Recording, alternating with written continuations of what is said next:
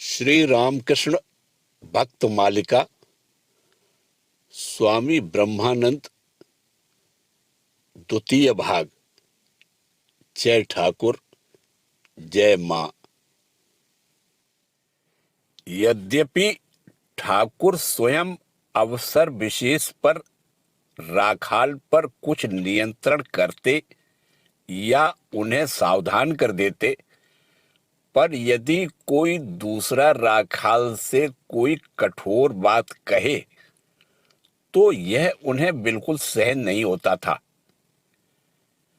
मानस पुत्र को किसी दूसरे के कुछ बुरा भला कहने पर वे स्नेह विगलित कंठ से कहते, राखाल के दोष मन में लाना उचित नहीं, उसका गला दबाने से दूध निकलता है। फिर यदि कोई राखाल को कुछ करने का आदेश देता तो कहते, आहा, वह दुधमुहा बच्चा है, उसे तुम लोग कोई काम करने को मत कहना, उसका स्वभाव बड़ा ही कोमल है। ठाकुर के दिव्य संग के फलस्वरूप राखाल ने साधु जनोचित सदाचार भी सीख लिया था। एक बार एक अनुरागी भक्त के घर आमंत्रित होकर ठाकुर अपने इस प्रिय मानस पुत्र के साथ वहां गए। वहां भजन आदि हो जाने के उपरांत भोजन की व्यवस्था हुई। गृह स्वामी अपने सगे संबंधियों के आदर सत्कार में अत्यंत व्यस्त रहने के कारण की ओर ध्यान नहीं दे रहे थे। यह देखकर ठाकुर सहास्य राखाल से बोले, कहां कोई पूछने भी तो नहीं आ रहा है रे। संभ्रांत कुल में जन्मे राखाल ऐसे व्यवहार से अपमान का अनुभव करते हुए नाराजगी के साथ बोले, महाराज चलिए लौट चले। परंतु ठाकुर के लिए मान और अपमान दोनों ही समान थे। उन्होंने हंसते हुए कहा, अरे ठहर, गाड़ी भाड़े के 3 रुपए 2 आने कौन देगा? ताव दिखाने से ही नहीं होता, पैसे तो है नहीं और खोखला ताव। फिर इतनी रात गए भोजन कहाँ होगा? कोई उपाय न देखकर राखाल चुपचाप बैठे रहे। कुछ देर बाद बुलावा आया। अंदर जाने पर पता चला कि बैठने की जगह पहले ही भर चुकी है। अतः ठाकुर के लिए बड़ी मुश्किल से एक गंदी सी जगह पर बैठने की व्यवस्था हुई। भोजन के बाद दक्षिणेश्वर लौटते समय रास्ते में उन्होंने राखाल को समझाया कि गृहस्थ लोग कभी कभी अज्ञानवश साधु के साथ यथोचित व्यवहार नहीं कर पाते। फिर भी साधु को उनके दोष की ओर ध्यान न देकर उनके कल्याण की ही कामना करनी चाहिए। बिना कुछ खाए चले आने से गृहस्थ का अमंगल होता है। साधु के लिए ऐसा करना उचित नहीं। कम से कम 1 गिलास जल मांगकर पी लेना चाहिए। उन दिनों वहां आने वाले भक्तगण जप ध्यान में मगन रहते तथा अपनी अनुभूतियों के बारे में ठाकुर को बतलाते थे। यह सुन सुनकर राखाल की भी इच्छा हुई कि उन्हें भी ऐसी ही अनुभूतियां हो। एक दिन ठाकुर के शरीर में तेल मलते समय उन्होंने इस विषय में ठाकुर से कहा। उन्हें सहमत न होते देख वे बारंबार अनुरोध करने लगे। इस अवांछित आग्रह को विराम देने के लिए ठाकुर ने एक ऐसी मर्मभेदी बात कह दी कि राखाल तुरंत ही दक्षिणेश्वर छोड़कर चल दिए। परंतु उद्यान का द्वार पार करते ही मानो उनके दोनों पैर शिथिल पड़ गए। विस्मित होकर वे वहीं बैठ गए। इतने में रामलाल दादा ने ठाकुर के पास से आकर उन्हें पुकारा। फलस्वरूप उन्हें लौटना पड़ा। ठाकुर इस पर हंसते हुए बोले, क्यों, घेरा छोड़कर जा सके क्या? उसी दिन संध्या समय वे उन्हें पुनः सांत्वना देते हुए बोले, तू गुस्सा हो गया था ना? तुझे गुस्सा क्यों दिलाया? इसमें मतलब है। जिससे औषधि ठीक काम करे। प्लीहा बढ़ने पर मनसा की पत्ती आदि देनी पड़ती है। और एक बार राखाल दक्षिणेश्वर से चले जाने को उद्यत हुए थे। इस प्रसंग का उल्लेख करते हुए ठाकुर ने उनसे अधर सेन के मकान पर कहा था, यहां सावन का पानी नहीं है। सावन का पानी जितनी तेजी से आता है उतनी ही तेजी के साथ निकल भी जाता है। यहां पाताल भेदी शिव हैं, स्थापित किए हुए शिव नहीं है। तेरे गुस्से में दक्षिणेश्वर से चले आने पर मैंने मां से कहा था, मां, इसका अपराध न लेना। कुछ दिन बाद दक्षिणेश्वर में ठाकुर की चरण सेवा करते हुए राखाल अंतर राज्य में डूबकर बाह्य संज्ञा खो बैठे। ठाकुर ने बाद में भक्तों को वह स्थान दिखाते हुए कहा, यहीं पर बैठकर पैर दबाते हुए राखाल को पहली बार भावस्था हुई थी। एक भागवत का पंडित इसी कमरे में बैठकर भागवत की कथा कह रहा था। उन बातों को सुनते हुए राखाल बीच बीच में सिहर उठने लगा, फिर बिल्कुल स्थिर हो गया। ठाकुर की कृपा से बहुप्रार्थिक अलौकिक अनुभूति प्राप्त होने के बाद भी राखाल के मन में एक प्रकार की अतृप्ति रह गई थी। वे चाहते थे कि इच्छा मात्र से ही भगवत भाव में विभोर होकर विविध प्रकार के दर्शनादि में डूब रह सके। जब दूसरों के ऐसा होता है तो उनको क्यों न हो।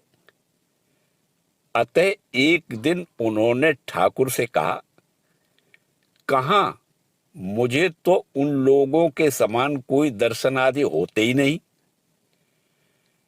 ठाकुर ने कहा, थोड़ा नियमित रूप से जप ध्यान करने पर वैसे दर्शन होते हैं।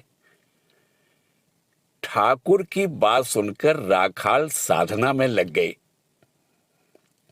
परंतु प्रारंभिक अवस्था में उसमें रस न मिलने के कारण साधना में थोड़ी शिथिलता आ गई। ठाकुर ने उस ओर लक्ष्य कर कहा, खूब जिद चाहिए, तभी साधना हो पाती है। तत्पश्चात अनन्य साधक राखाल एक दिन ठाकुर के साथ काली मंदिर में गए।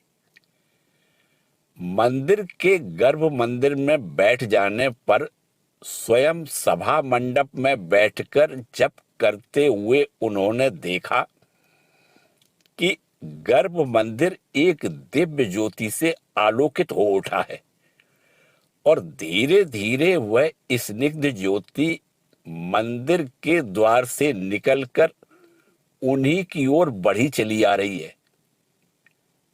भीत चकित राखाल आसन छोड़कर तेजी से ठाकुर के कमरे में चले आए। ठाकुर अपने कमरे में लौटने के बाद सारी घटना सुनकर बोले, तू कहा करता है ना कि मुझे दर्शन आदि नहीं होते, और इधर दर्शन होने पर डरकर भाग आता है। फिर क्या करेगा बता। और एक दिन राखाल सभा मंडप में ध्यान मग्न बैठे थे।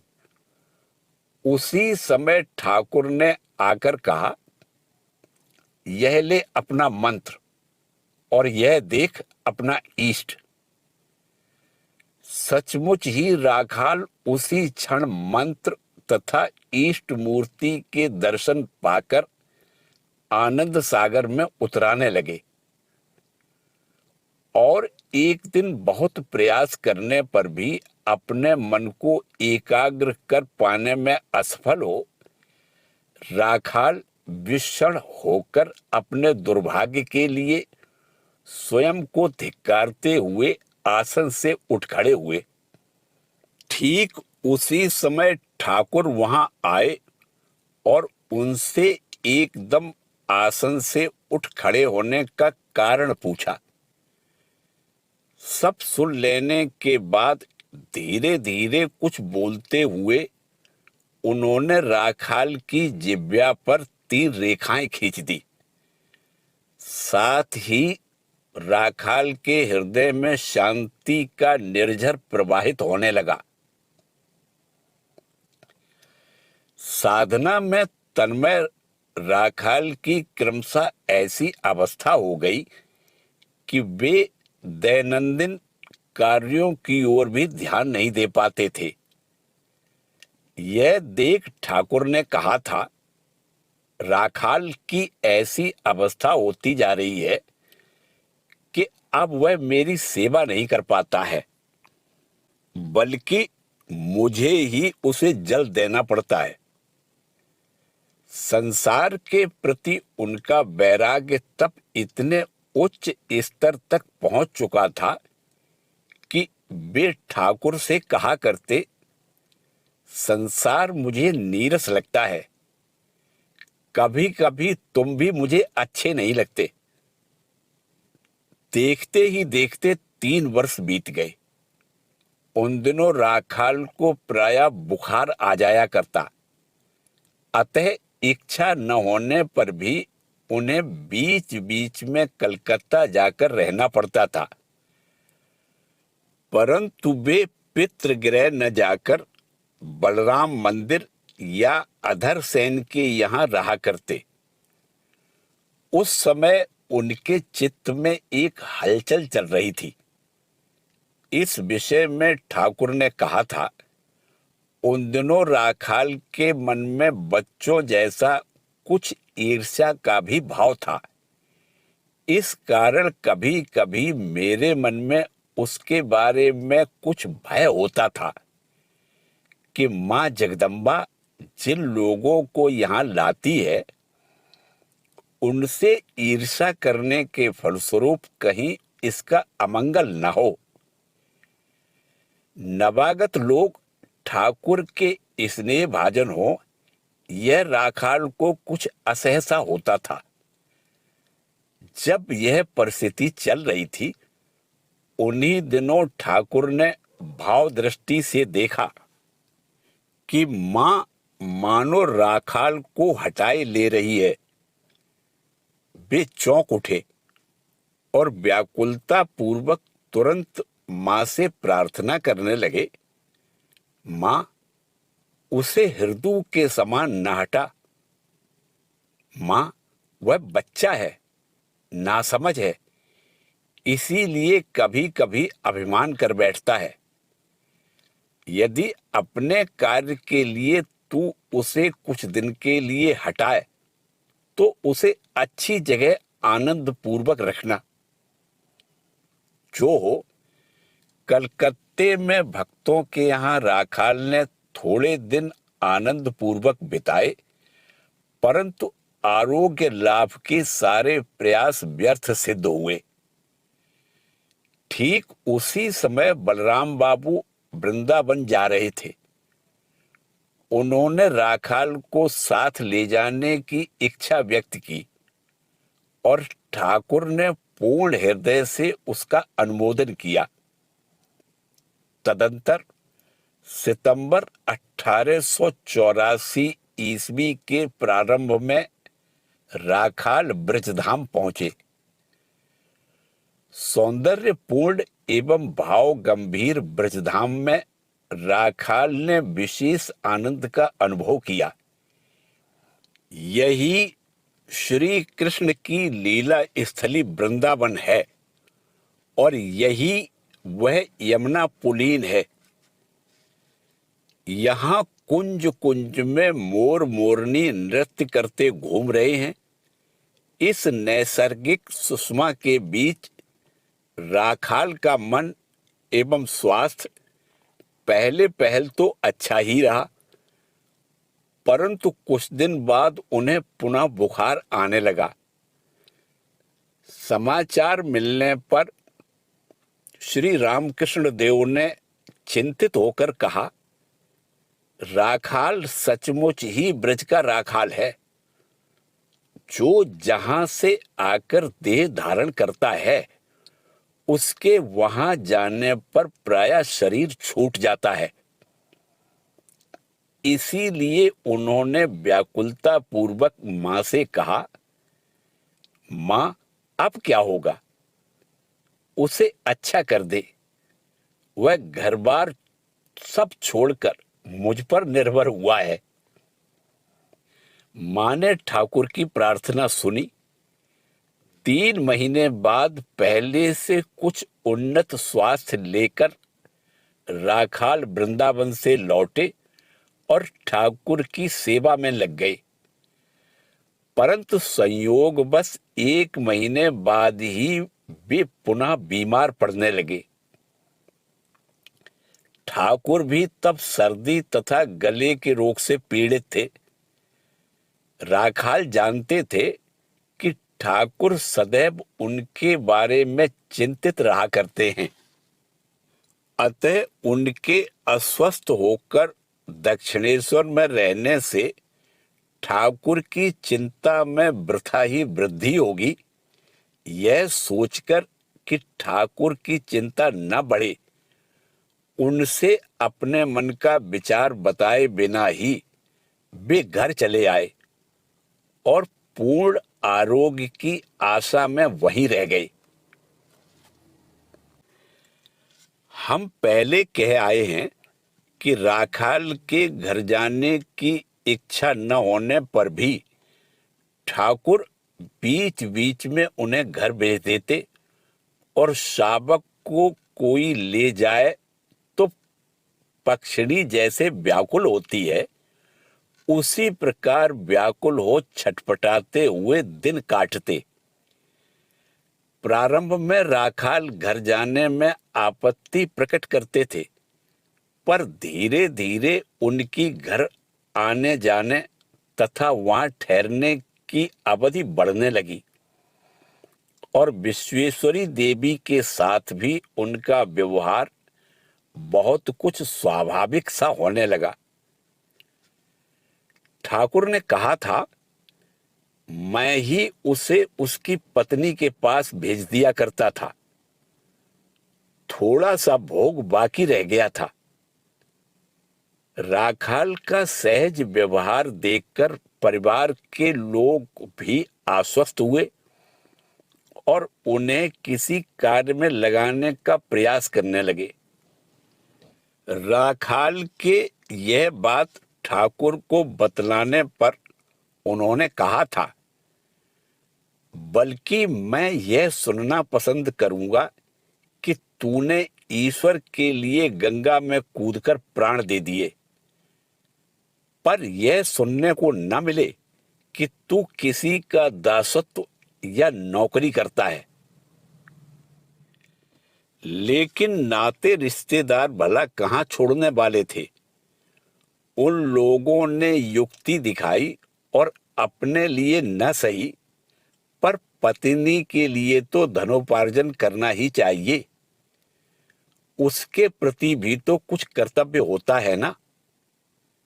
अतः राखाल ने सरलता पूर्वक ठाकुर से कहा, मेरी पत्नी का क्या होगा? इस प्रश्न पर ठाकुर मौन रहे। इससे राखाल गहरी चिंता में पड़ गए। जो भी हो, स्वास्थ्य के कारण बेबस होकर और संभवतः दैवी विधानवश थोड़ा सा बाकी भोग समाप्त करने के लिए इस प्रकार के संदेह युक्त चित्त के साथ वे घर में निवास करने लगे। इधर प्रसंग उठने पर ठाकुर ने भक्तों से कहा, राखाल इस समय पेंशन खा रहा है। वृंदावन से लौटकर अब घर में निवास कर रहा है। इस प्रकार कुछ दिन अपने घर में बिताकर स्वस्थ होते ही राखाल पुनः दक्षिणेश्वर लौट आए। इसी समय श्री महिमाचरण चक्रवर्ती ने ठाकुर से निवेदन किया कि उन्हें उनके सम्मुख ब्रह्मचक्र बनाकर साधना करने की इच्छा हो रही है। ठाकुर की अनुमति पाकर वे उन्हीं के कमरे में कृष्ण चतुर्दशी की गहरी रात में राखाल, मास्टर, किशोरी आदि के साथ ध्यान में बैठे। उस रात ध्यान के समय राखाल की भावावस्था हो जाने पर ठाकुर ने उनकी छाती पर हाथ फेरते हुए उनकी बाह्य संज्ञा वापस ला दी थी। इसके 2 दिन बाद ही ठाकुर ने मौन धारण किया। मौन भंग के बाद उन्होंने कहा, मां दिखा रही थी कि भक्तों में किसका कितना हुआ है। पूछने पर भी उन्होंने अधिक कुछ नहीं बताया। बाद में उन्होंने शरत से कहा था, राखाल के बारे में मां ने बहुत कुछ दिखाया है, उसमें से बहुत सी बातें कहने की मनाही है। इसके 2 महीने पहले ही ठाकुर के गले के रोग में वृद्धि हुई थी। ठाकुर को चिकित्सार्थ काशीपुर लाया गया। राखाल भी वहां आकर उनकी सेवा में तन्मय हो गए। इस समय से त्यागी भक्तों के जीवन में सेवा के साथ साथ एक अपूर्व साधना भी चलने लगी। संसार की चिंता धीरे धीरे उनके मानस पटल से दूर होने लगी। काशीपुर आने के कुछ दिन बाद ही मनोमोहन ने ठाकुर को सूचना दी कि राखाल को पुत्र हुआ है। राखाल निकट ही थे, उन्होंने भी सुना, परंतु मायामय संसार की घटनाएं उस समय उनके मन पर तनिक भी प्रभाव नहीं डाल पाती थी। अतः इस संवाद से उनके वैराग्य जनित शांति में कोई बाधा नहीं आई। वे पूर्ववत ही दिन में सेवा और रात में जप ध्यान में मगन रहे।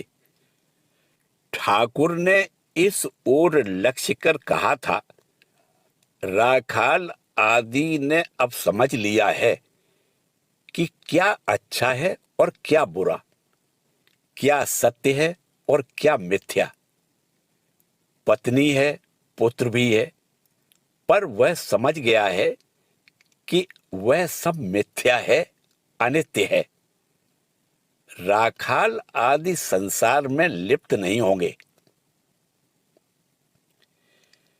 लीला संवरण हेतु प्रस्तुत हो रहे ठाकुर इन दिनों भावी रामकृष्ण संघ के संगठनार्थ प्राय प्रतिदिन ही नरेंद्र को एकांत में बुलाकर विविध उपदेश दिया करते थे।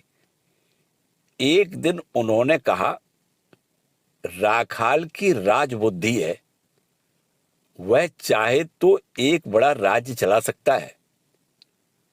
कौन जाने इस वाक्य में नरेंद्र को क्या संकेत मिला।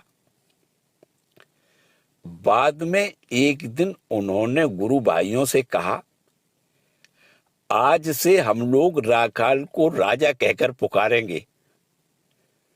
ठाकुर के कान में यह बात आने पर उन्होंने आनंद पूर्वक कहा, राखाल का नाम ठीक ही हुआ है। इसके बाद से वे गुरु भाइयों के बीच राजा नाम से परिचित हुए, परंतु बाद में रामकृष्ण संघ में महाराज ही उनका सर्वाधिक प्रचलित नाम हुआ। हम भी आगे उनका उल्लेख महाराज कहकर ही करेंगे। ठाकुर के रोग में सुधार न होता देखकर महाराज आदि विशेष चिंतित रहने लगे।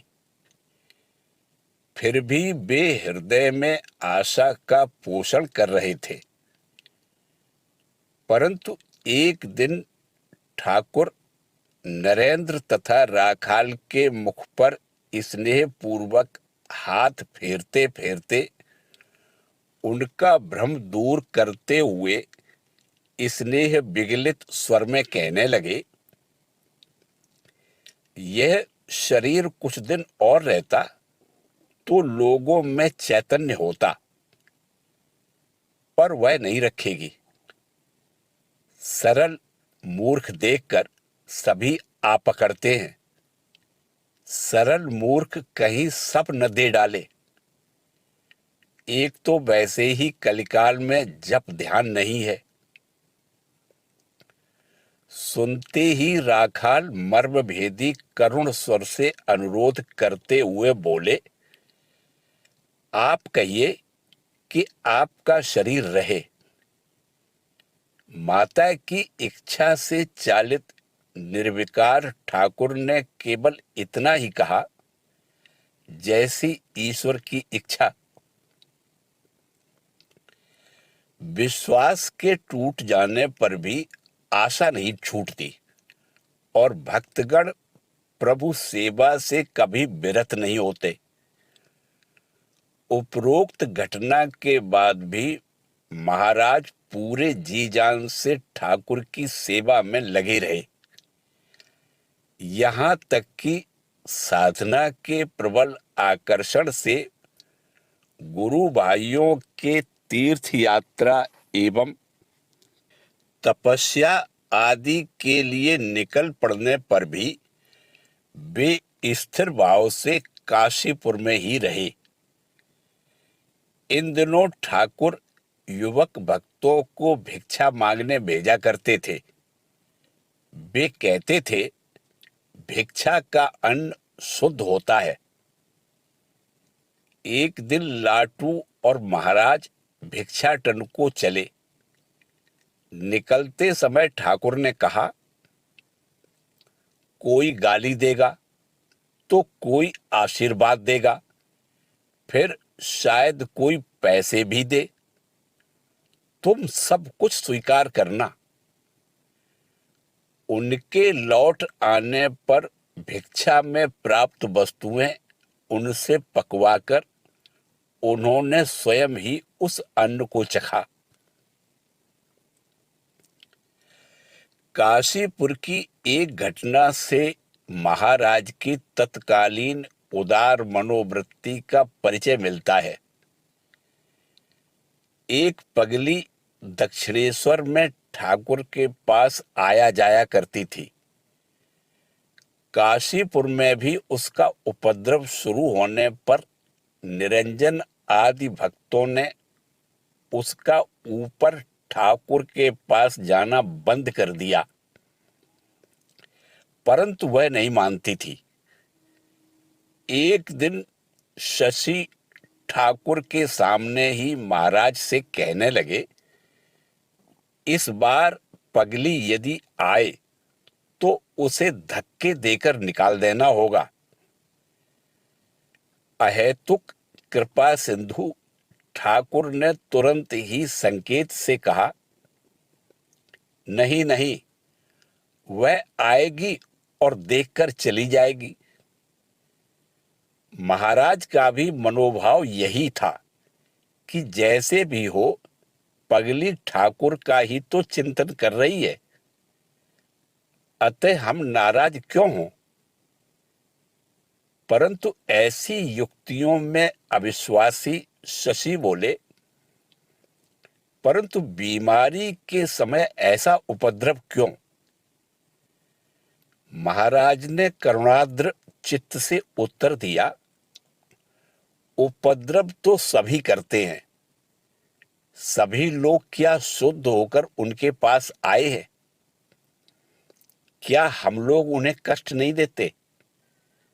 नरेंद्र आदि पहले कैसे थे, कितना तर्क किया करते थे। डॉक्टर सरकार ने उन्हें क्या क्या नहीं कहा था। वैसे देखा जाए तो कोई भी निर्दोष नहीं है। फिर पगली का उल्लेख करते हुए उन्होंने कहा, दुख होता है कि वह उपद्रव करती है और इस कारण बहुतों को कष्ट भी होता है।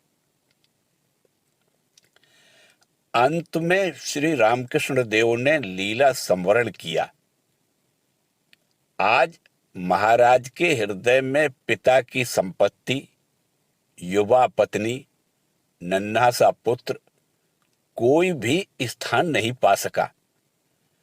संपूर्ण हृदय में एकमात्र श्री रामकृष्ण देव की स्मृति और एक अनिर्वचनीय व्यथा छाई है। परंतु काल बड़ा निष्ठुर है। वह वर्तमान के कठोर आघात के द्वारा मनुष्य को यह समझा देता है कि अतीत सचमुच ही अतीत हो चुका है। थोड़े ही दिनों में ठाकुर की अंतिम स्मृतियों से जुड़ी काशीपुर की उद्यान वाटिका छोड़कर महाराज को भी बलराम मंदिर आना पड़ा। इसके बाद बराहनगर में मठ स्थापित होने पर वे यथा समय वहां आकर सम्मिलित हुए। 1886 ईस्वी के अंत में जब नरेंद्र आदि आठपुर गए तो राखाल के न आने से बाबूराम महाराज की मां बड़ी खिन्न हुई थी। इसीलिए राखाल, बाबूराम तथा बड़े गोपाल को साथ लेकर नरेंद्र पुनः वहां गए। आठपुर के एक युवक ने ईसाई धर्म ग्रहण करने का संकल्प किया था। महाराज की ध्यान तन्मयता देखकर तथा उनके वार्तालाप से मुग्ध होकर उसने अपना वह विचार त्याग दिया। आठपुर से लौटकर संन्यास ग्रहण करने के पश्चात महाराज ब्रह्मानंद नाम से परिचित हुए।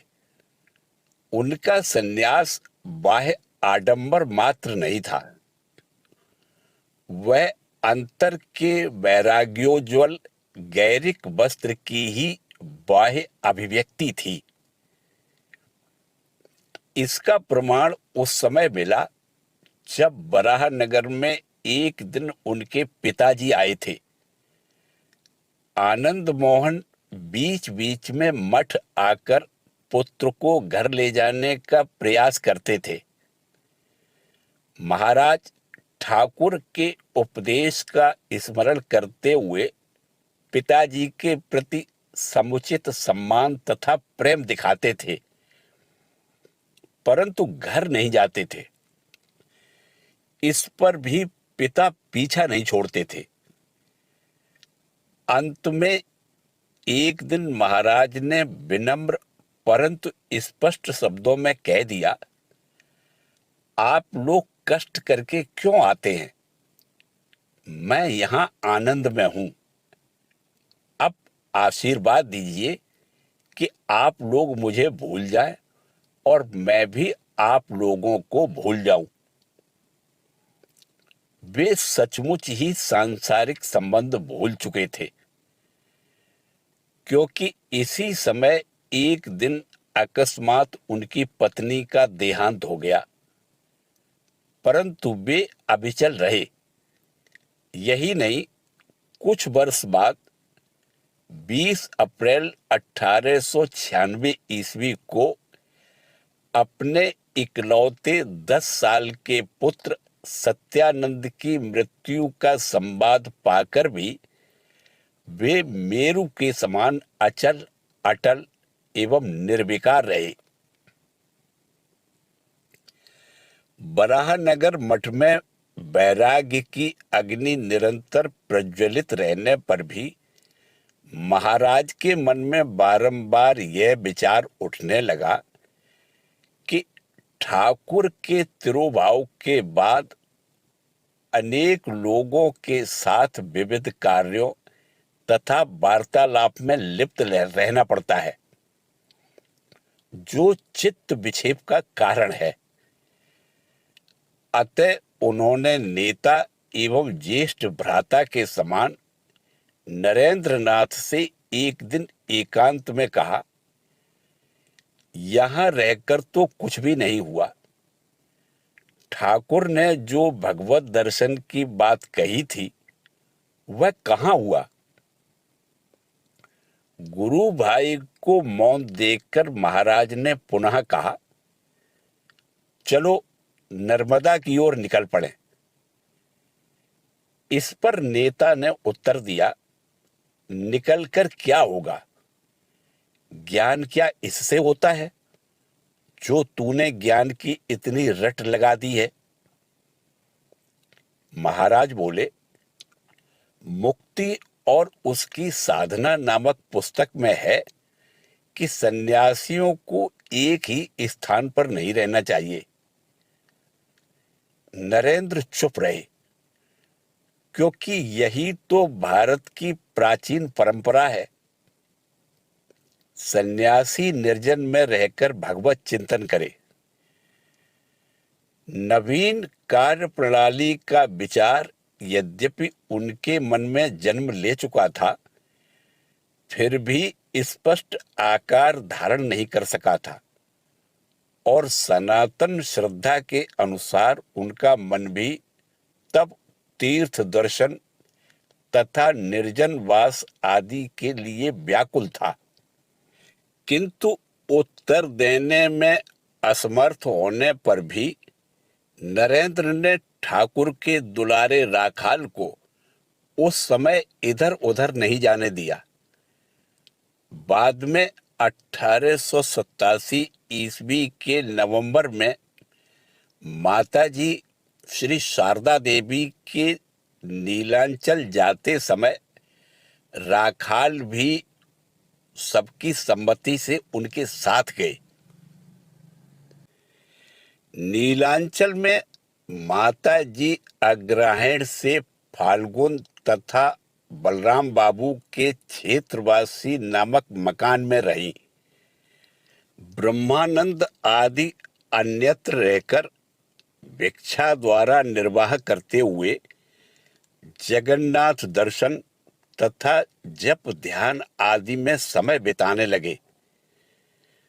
देख रेख के अभाव में राखाल का स्वास्थ्य बिगड़ता देखकर माताजी बड़ी चिंतित हुई और बलराम बाबू उन्हें अपने घर लाने का आग्रह करने लगे।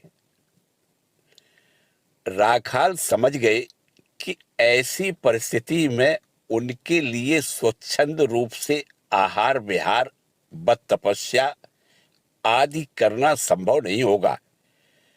अतः कुछ महीने बाद ही वे पुरी से कटक होते हुए बराहनगर मठ की ओर लौट आए।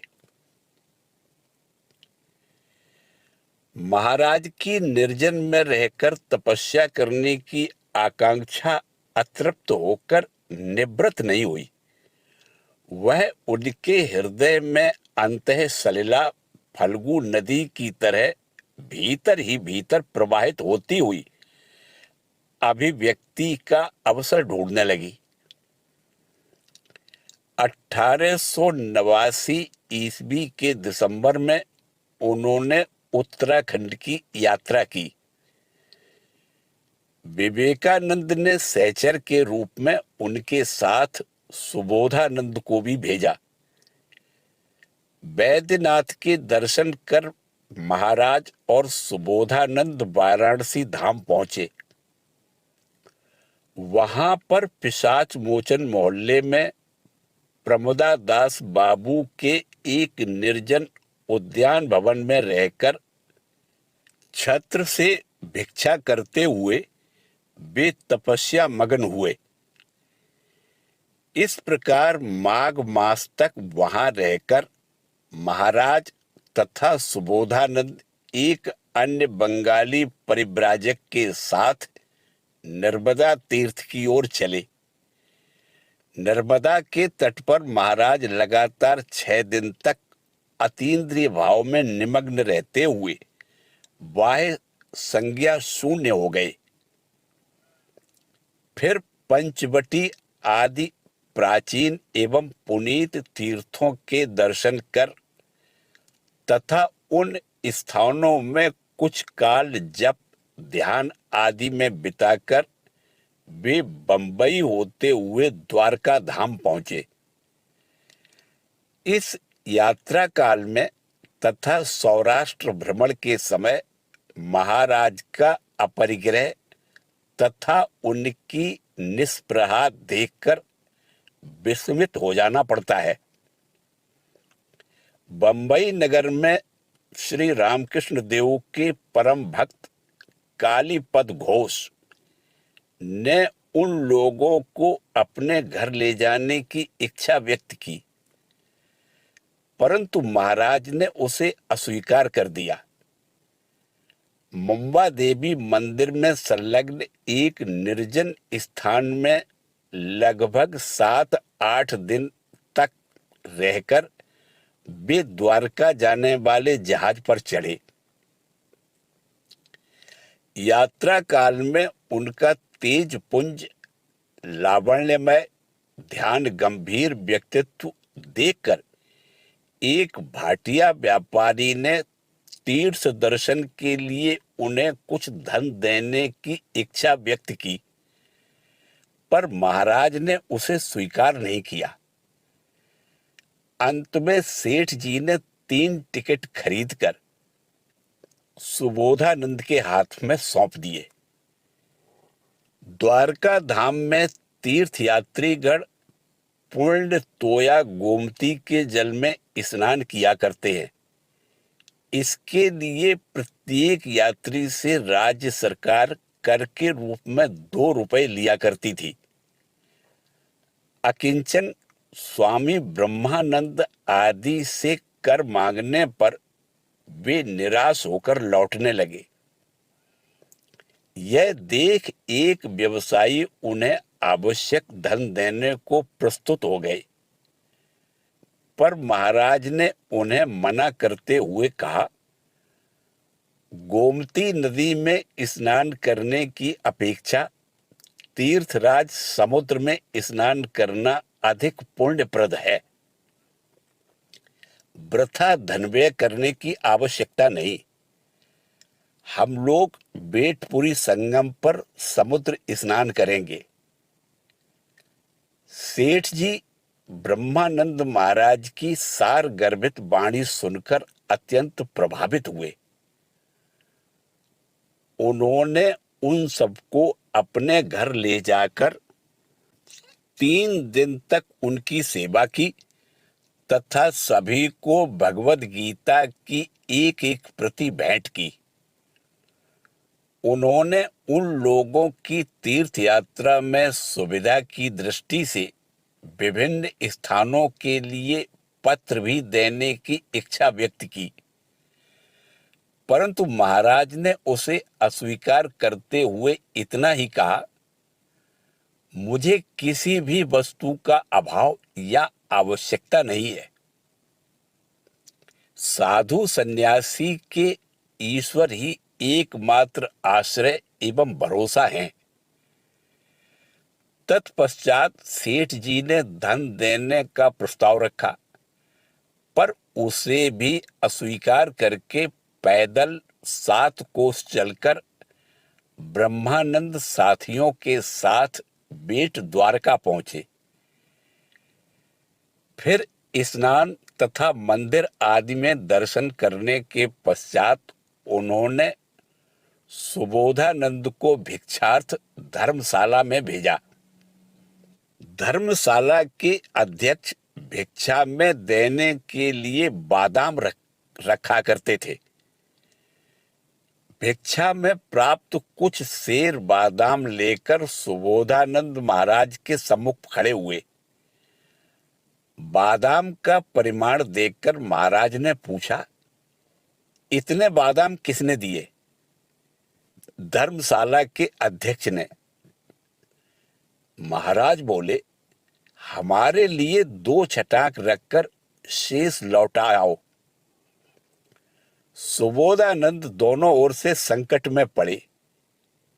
एक ओर सन्यासी ब्रह्मानंद संचय नहीं कर सकते और दूसरी ओर साधु सेवक अध्यक्ष वापस देने से इनकार कर रहे हैं।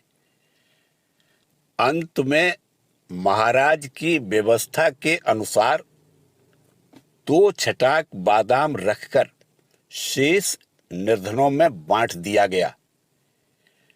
बेट द्वारका से वे क्रमशः सुदामापुरी और जूनागढ़ के गिरनार पर्वत पर मंदिर आदि का दर्शन करने के पश्चात गुजरात के मध्य भाग से होकर अहमदाबाद पहुंचे और फिर राजपूताना के तीर्थों के दर्शनार्थ सर्वप्रथम पुष्कर तीर्थ गए। वहां पर साथ के परिव्राजक को निमोनिया हो जाने के कारण उन्हें अजमेर अस्पताल में भर्ती करा के कुछ दिन बाद फरवरी 1890 ईस्वी के प्रारंभ में ब्रह्मानंद तथा सुबोधानंद ने वृंदावन की यात्रा की। वृंदावन में महाराज का यह द्वितीय बार आगमन था। स्वधाम पहुंचकर ब्रज के राखाल भगवत भाव में विभोर हो गए। इसी भाव में कितने ही दिन बीत गए, कितनी ही महानिशाएं गुजर गई, पर भगवत ध्यान में तन्मय महाराज का अन्य किसी ओर ख्याल नहीं था।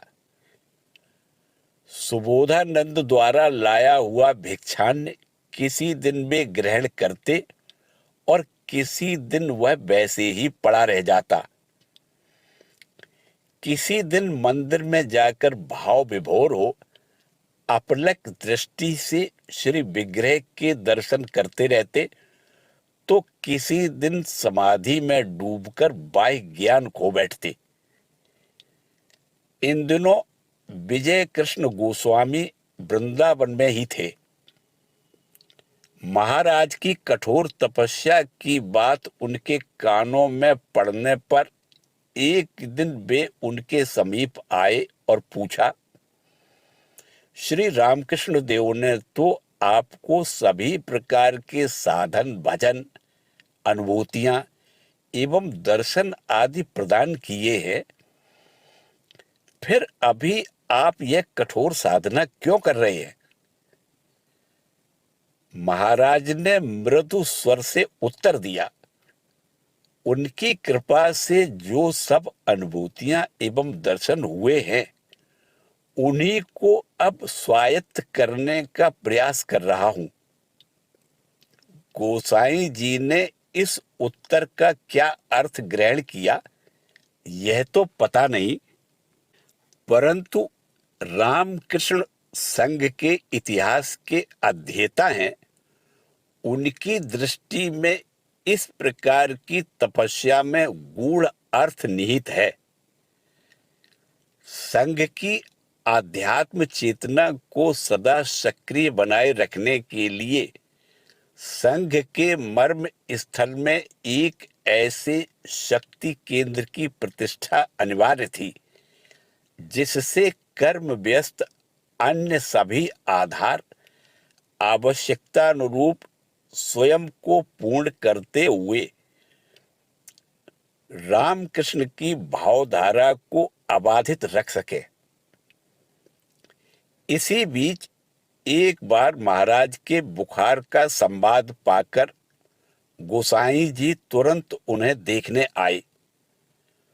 सुबोधानंद से उन्हें पता चला कि रोगी के मच्छरदानी नहीं है। सुनते ही उन्होंने मसहरी और औषधि की व्यवस्था कर दी। भगवान की कृपा से महाराज शीघ्र ही निरोग हो गए। इसी तरह सुबोधानंद का मन पूर्व संकल्प के अनुसार उत्तराखंड जाने के लिए अत्यंत व्यग्र हो उठा। अपनी यह इच्छा महाराज के सम्मुख व्यक्त करने पर उन्होंने आनंद पूर्वक यात्रा की अनुमति दे दी, परंतु स्वयं वे वृंदावन में ही रह गए। वृंदावन में रहते समय एक दिन महाराज ने देखा कि भक्त प्रवर बलराम बाबू ज्योतिर्मय देह में हंसते हुए दिव्य लोक को चले जा रहे हैं। बाद में यथा समय पत्र मिलने पर पता चला कि बलराम बाबू ने 13 अप्रैल 1890 ईस्वी को देह त्याग कर दिया है। इसके पश्चात और भी कुछ महीने वृंदावन में रहकर सितंबर के अंत में महाराज पैदल ही हरिद्वार पहुंचे। कुछ गुरु भाई वहां पहले से ही तपस्यारत थे। जनवरी 1891 ईस्वी में एक दिन स्वामी विवेकानंद उन लोगों के साथ महाराज के पास आए और उनसे साथ चलने को कहा। आदेशानुसार महाराज मेरठ गए और वहां अखंडानंद से मिले। मार्च तक मेरठ में रहने के पश्चात स्वामी जी सभी से विदा लेकर निसंग भ्रमण करने निकले। इधर अप्रैल में महाराज भी तुरायानंद के साथ ज्वालामुखी तीर्थ की ओर चले। ज्वालामुखी से वे लोग कांगड़ा, पठानकोट, गुजरावाला, लाहौर, मांटगुमरी, मुल्तान और सक्कर होते हुए कराची पहुंचे।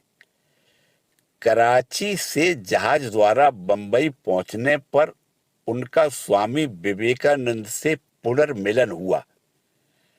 स्वामी जी उस समय अमेरिका जाने के लिए प्रस्तुत थे, परंतु उसके पूर्व खेतड़ी नरेश के आमंत्रण पर एक बार उनसे मिलने जाना था।